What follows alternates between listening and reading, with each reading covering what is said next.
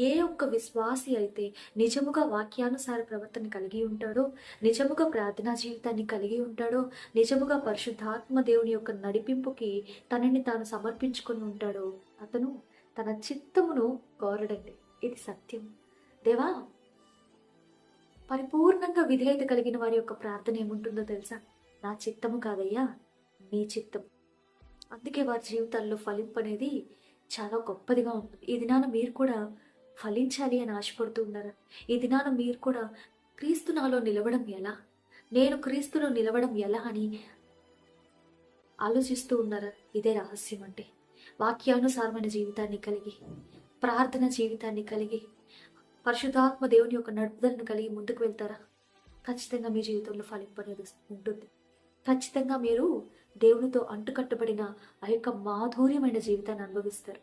దేవుడు మీకు సహాయం చేయడుగా.